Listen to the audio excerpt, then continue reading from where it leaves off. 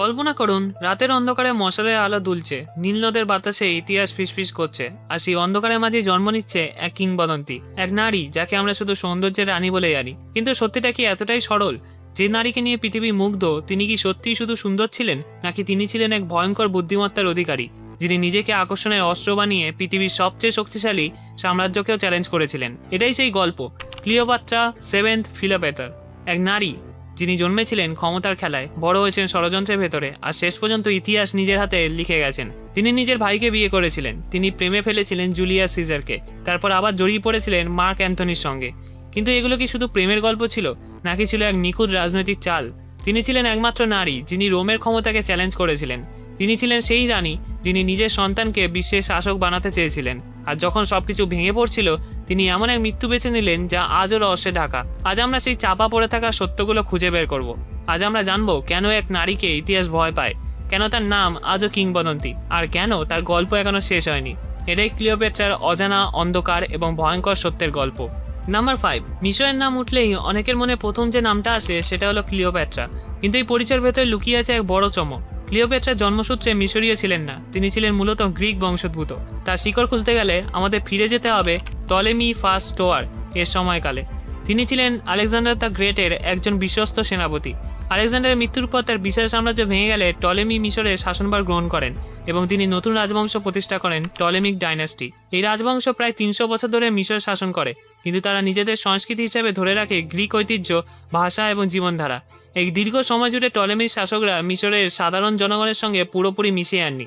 তারা নিজেদের মধ্যে বিবাহ করতেন, গ্রিক ভাষায় প্রশাসন চালাতেন এবং আলেকজান্ড্রিয়াকে এক ধরনের গ্রিক সাংস্কৃতিক কেন্দ্র হিসেবে গড়ে তুলেছিলেন। মিশরের প্রাচীন ধর্ম, ভাষা ও সংস্কৃতি তখনও ছিল, কিন্তু শাসক শ্রেণী সেই ঐতিহ্যের অংশ হয়ে ওঠেনি পুরোপুরি। এই প্রেক্ষাপটে ক্লিওপেট্রার আবির্ভাব ঘটে এক ভিন্ন রূপে। তিনি শুধু ক্ষমতাশালী নারী ছিলেন না, তিনি ছিলেন তার বংশের মধ্যে এক ব্যতিক্রম। ধারণা করা হয় তিনি প্রথম টলেমিক শাসক যিনি সচেতনভাবে মিশরীয় পরিচয়কে গ্রহণ করেন। তিনি মিশরীয় ভাষা শিখেছিলেন, যা তার পূর্বপুরুষরা কখনো করেননি।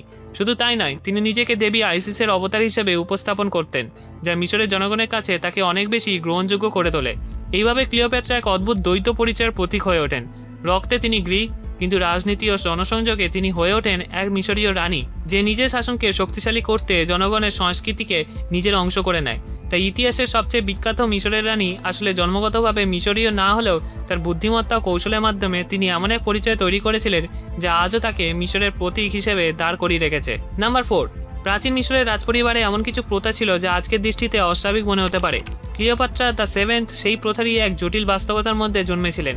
তিনি ছিলেন টলেমি বংশের সদস্য, একটা গ্রিক বংশ যারা আলেকজান্ডার দ্য গ্রেটের মৃত্যুর পর মিশরের শাসনভার গ্রহণ করছিলেন। যেমনটা আগে বলছিলাম, এই বংশের ক্ষমতা ধরে রাখার জন্য একটা বিশেষ রীতি চালু ছিল, রাজপরিবারের ভেতরেই বিয়ে করা, বিশেষ করে ভাই বোনের মধ্যে। ক্লিওপেট্রা যখন সিংহাসনে বসেন তখন তার বয়স খুব কম। সেই সময় রাজ্যের নিয়ম অনুযায়ী তাকে সহশাসক হিসেবে নিজের ছোট ভাই টলেমি দ্য 13কে বিয়ে করতে হয়। সেই বিয়ে কোনো প্রেম বা ব্যক্তিগত সম্পর্কের উপর ভিত্তি করেছিল না, এটা ছিল সম্পূর্ণ রাজনৈতিক একটা ব্যবস্থা। এই মাধ্যমে টলেমি বংশ তাদের শুদ্ধ রক্ত এবং ক্ষমতার বৈধতা বজায় রাখতে চাইতো। রাজা ও রানী একসঙ্গে শাসন করবে, এই ধারণা থেকেই এই ধরনের বিবাহের প্রচলন। কিন্তু বাস্তবে এই সহশাসন খুব দ্রুতই ক্ষমতার দ্বন্দ্বে পরিণত হয়। ক্লিওপেট্রা ছিলেন অত্যন্ত বুদ্ধিমান, উচ্চাভিলাষী এবং রাজনৈতিকভাবে দক্ষ। অন্যদিকে তার ভাই তখনও কিশোর এবং তার চারপাশে ছিল কিছু প্রভাবশালী উপদেষ্টা যারা নিজেদের স্বার্থে ক্ষমতা দখল করতে চাইছিল। ফলাফল, ক্লিওপেট্রাকে সিংহাসন থেকে সরিয়ে দেওয়া হয় এবং তাকে মিশর ছাড়তে বাধ্য করা হয়। এই নির্বাসনের পর ক্লিওপেট্রা থেমে থাকেননি। তিনি ধীরে ধীরে নিজের শক্তি গড়ে তোলেন এবং ফিরে আসার পরিকল্পনা করেন। ঠিক এই সময় তার জীবনে প্রবেশ করেন জুলিয়াস সিজার। তার সমর্থনই ছিল ক্লিওপেট্রা আবার মিশরে ফিরে আসেন এবং শুরু হয় এক রক্তক্ষয়ী গৃহযুদ্ধ। শেষ পর্যন্ত টলেমি দ্য 13 পরাজিত হন। ঐতিহাসিকের মতে সে যুদ্ধে পালানোর সময় নীল নদে ডুবে মারা যায়। এইভাবে ক্লিওপেট্রা নিজের ভাই এবং স্বামীর বিরুদ্ধে যুদ্ধ জিতে আবার ক্ষমতা ফিরে পান। এরপরও প্রথা থেমে থাকেননি। ক্ষমতা স্থায়ীভাবে ধরে রাখার জন্য ক্লিওপেট্রা তার আরেক ছোট ভাই টলেমি দ্য 14কে বিয়ে করেন। এটি ছিল সম্পূর্ণ রাজনৈতিক সিদ্ধান্ত, রাজকীয় নিয়ম মেনে চলা এবং নিজের শাসনে বৈধ রাখা। তবে ইতিহাসে অনেকেই মনে করেন এই ভাইটিও পরে রহস্যজনকভাবে মারা যায় এবং সন্দেহ করা হয় ক্লিওপেট্রা নিজেরই ভূমিকা থাকতে পারে, কারণ তখন তিনি তার পুত্র সিজারিয়ানকে উত্তরাধিকার করতে চাইছিলেন। নাম্বার 3, প্রাচীন ইতিহাসের সবচেয়ে রহস্যময় অধ্যায়গুলোর একটি ঘিরে আছে ক্লিওপেট্রা দ্য 7 ফিলোপেটরের শেষ যাত্রা। খ্রিস্টপূর্ব 30 সালে তখন রোমান সেনাপতি অক্টাভিয়ান মিশর দখল করে। তখন ক্লিওপেট্রা তার প্রেমিক মার্ক অ্যান্টনি পরাজয়ের মুখে পড়েন। ঐতিহাসিক বিবরণ বিশেষ করে প্লুটারে এর লেখায় ইঙ্গিত মেলে তারা দুজনই আত্মহত্যা করেন এবং ক্লিওপেট্রার ইচ্ছা অনুযায়ী তাদের একসঙ্গে সমাধিস্থ করা হয়। কিন্তু এখানেই শুরু হয় এক রহস্য। পৃথিবীর ইতিহাসে এত প্রভাবশালী এক রানীর কবর আজও অজানা। কোথায় সেই সমাধি, কিভাবে তা হারিয়ে গেল, কেউ নিশ্চিত করে বলতে পারে না। ধারণা করা হয় তাদের সমাধি ছিল প্রাচীন শহর আলেকজান্ড্রিয়ার আশেপাশে, একসময় জ্ঞান ও সংস্কৃতির কেন্দ্র, যেখানে দাঁড়িয়ে ছিল বিখ্যাত লাইব্রেরি অব আলেকজান্ড্রিয়া এবং সমুদ্র তীরবর্তী প্রাসাদসমূহ। কিন্তু শতাব্দীর পর শতাব্দী ধরে ভূমিকম্প, সুনামি এবং ভূমিধসে এই শহরের বড় অংশই ভূমধ্যসাগরের জলে ডুবে গেছে। ফলে সম্ভাবনা আছে ক্লিওপেট্রার সমাধিও হয়তো আজ সমুদ্রের নিচে লুকিয়ে আছে। আধুনিক প্রত্নতত্ত্ববিদরা এখনো হাল ছাড়েননি, বিশেষ করে টেপো সিরিজ ম্যাগনা এলাকায় খনন কার্য চলছে বহু বছর ধরে। কিছু গবেষকে বিশ্বাস করেন এই প্রাচীন মন্দিরের নিচে লুকিয়ে থাকতে পারে সেই হারিয়ে যাওয়া সমাধি। এখানে সুড়ঙ্গ, গোপন কক্ষ এবং রাজকীয় সমাধির মতো কাঠামোর সন্ধান পাওয়া গেছে, যা রহস্যটাকে আরও ঘনীভূত করে। তবু আজ পর্যন্ত কোনো নিশ্চিত প্রমাণ মেলেনি, যা কোনো সমাধি, না কোনো শিলালিপি, না কোনো অবশেষ, যা স্পষ্টভাবে বলে দেয় এটাই ক্লিওপেট্রা ও মার্ক অ্যান্টনির শেষ আশ্রয়। এই অজানাই ইতিহাসকে এত আকর্ষণীয় করে তোলে। একসময় তার সৌন্দর্য, বুদ্ধিমত্তা ও ক্ষমতা পুরো রোমান সাম্রাজ্যকে প্রভাবিত করেছিল। তার শেষ ঠিকানাই আজ অন্ধকারে ঢাকা।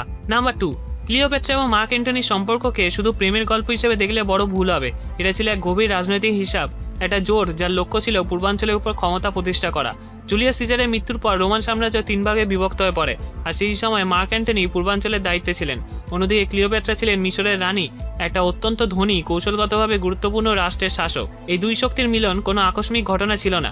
ক্লিওপেট্রা খুব ভালোভাবেই বুঝতেন রোমের সঙ্গে সম্পর্ক না রাখলে তার সিংহাসন টিকবে না, আর অ্যান্টনি জানতেন মিশরের সম্পদ ও সমর্থন ছাড়া পূর্বে তার আধিপত্য বজায় রাখা কঠিন। তাদের প্রথম দেখা হয়েছিল এক ধরনের রাজনৈতিক বোঝাপড়া তৈরি হয়। ক্লিওপেট্রা নিজেকে শুধু একজন প্রেমিকা হিসেবে নয়, বরং একজন সমান শক্তিশালী শাসক হিসেবে উপস্থাপন করেন। ধীরে ধীরে এই সম্পর্ক ব্যক্তিগত ঘনিষ্ঠতায় রূপ নেয়, কিন্তু তার ভেতরে লুকিয়ে ছিল তার ক্ষমতার খেলা। তারা একসঙ্গে এমন এক জোট গড়ে তোলে যা রোমের পূর্বাঞ্চলে কার্যত একটা আলাদা শক্তিকেন্দ্র তৈরি করেছিল। তাদের একসঙ্গে 3টি সন্তানও জন্ম নেয়, যা এই জোটকে আরও দৃঢ় করে। কিন্তু এই সম্পর্কের সবচেয়ে চোখে পড়ার মতো দিক ছিল তাদের জীবনযাপন। তারা আলেকজান্ড্রিয়ায় এমন এক বিলাসবহুল নাটকীয় জীবন কাটাতেন, যা শুধু ব্যক্তিগত সুখের জন্য ছিল না, বরং ক্ষমতার প্রদর্শন। বিশাল উৎসব, রাজকীয় অনুষ্ঠান, দেবতাদের মতো নিজেকে উপস্থাপন, এসবের মাধ্যমে তারা নিজেদের এমনভাবে তুলে ধরছিলেন যেন তারা শুধু শাসক নন, বরং এক নতুন যুগের প্রতীক। কিন্তু রোম এই সব কিছুকে ভালো চোখে দেখেনি। বিশেষ করে অক্টাভিয়ান এই সম্পর্ককে অত্যন্ত বিপজ্জনক বলে মনে করেছিলেন। তার চোখে অ্যান্টনি ধীরে ধীরে রোম থেকে দূরে সরে যাচ্ছিলেন এবং এক বিদেশি রানীর প্রভাবে পড়েছিলেন। ক্লিওপেট্রাকে তিনি কেবল একজন প্রেমিকা নয়, বরং রোমের জন্য এক রাজনৈতিক হুমকি হিসেবে তুলে ধরেন। নাম্বার 1, তার মৃত্যুর গল্প ইতিহাসের সবচেয়ে রহস্যময় ঘটনাগুলোর একটি হয়ে আছে। আমরা কথা বলছি ক্লিওপেট্রার কথা, যিনি শুধু মিশরের শেষ ফারাওই ছিলেন না, বরং রাজনীতি, প্রেম এবং ক্ষমতার এক জটিল খেলায় নিজেকে ইতিহাসের কেন্দ্রে নিয়ে এসেছিলেন। কিন্তু তার মৃত্যুর প্রকৃত কারণ আজও নিশ্চিতভাবে কেউ বলতে পারে না। সবচেয়ে প্রচলিত এবং জনপ্রিয় কাহিনী হলো তিনি একটি বিষধর সাপ, বিশেষ করে কোবরা বা এএসএফ এর কামড়ে আত্মহত্যা করেছিলেন। প্রাচীন গ্রিক ও রোমান লেখকরা এই গল্পটি বর্ণনা করেছিলেন, যেখানে বলা হয় ক্লিওপেট্রা ইচ্ছাকৃতভাবে সাপটিকে নিজের কাছে আনেন এবং সেটির বিষের মাধ্যমে মৃত্যুকে বেছে নেন। এই ধারণাটি এতটাই শক্তিশালী হয়ে গেছে যে শতাব্দীর পর শতাব্দী ধরে শিল্প, সাহিত্য ও চলচ্চিত্রে এই দৃশ্যই সবচেয়ে বেশি দেখা যায়। একজন রানী যিনি পরাজয়ের চেয়ে নিজের শর্তে মৃত্যু বেছে নেন। কিন্তু ইতিহাসবিদরা এই গল্প নিয়ে অনেকে প্রশ্ন তোলেন। প্রথমত, তিনি কোবরা দিয়ে এমন নির্ভুলভাবে মৃত্যু ঘটানো কতটা বাস্তবসম্মত তা নিয়ে সন্দেহ আছে। কোবরা কামড়ালেও সবসময় সঙ্গে সঙ্গে মৃত্যু ঘটে না এবং সেই প্রক্রিয়া কষ্টকর ও অনিশ্চিত হতে পারে। তাছাড়া একটি বড় সাপকে গোপনে প্রাসাদের ভেতরে আনা এবং তার নিয়ন্ত্রণে রাখা এটা খুব সহজ বিষয় না।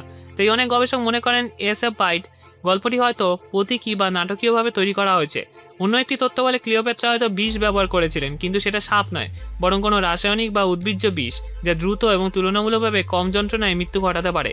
কিছু ঐতিহাসিক ধারণা দেন তিনি হয়তো আগে থেকে বিভিন্ন বিষ পরীক্ষা করছিলেন, যাতে সবসময় শান্ত মৃত্যুর উপায় বেছে নিতে পারেন। আরও একটি বিতর্কিত তথ্য হলো এটি আত্মহত্যা নয়, বরং পরিকল্পিত হত্যা। কিছু গবেষক মনে করেন অক্টাভিয়ান, যিনি পরবর্তীতে রোমের সম্রাট হন, তিনি হয়তো ক্লিওপেট্রাকে জীবিত রাখতে চাননি, কারণ জীবিত ক্লিওপেট্রা রোমের রাজনৈতিক অস্থিরতা সৃষ্টি করতে পারেন, তাই তাকে গোপনে হত্যা করা হয়েছিল। এমন ধারণা পুরোপুরি উড়িয়ে দেওয়া যায় না, যদিও এর পক্ষে শক্ত প্রমাণ নেই। যেভাবেই হোক, তার মৃত্যু শুধু একটা ব্যক্তিগত ট্র্যাজেডি ছিল না, এটি ইতিহাসের এক যুগের অবসান ঘটায়। ক্লিওপেট্রার মৃত্যুর সঙ্গে সঙ্গে প্রাচীন মিশরের স্বাধীনতা শেষ হয়ে যায়, মিশর রোমান সাম্রাজ্যের অধীনে চলে যায় এবং হাজার বছরের ফারাওদের শাসনের রীতি ঘটে। একসময় শক্তিশালী সমৃদ্ধ সভ্যতা তখন আর নিজের ভাগ্য নিজে নির্ধারণ করতে পারেনি। এই ভিডিওটা যদি ভালো লাগে তাহলে এই ভিডিওটা দেখুন, চ্যানেলটা অবশ্যই সাবস্ক্রাইব করবেন।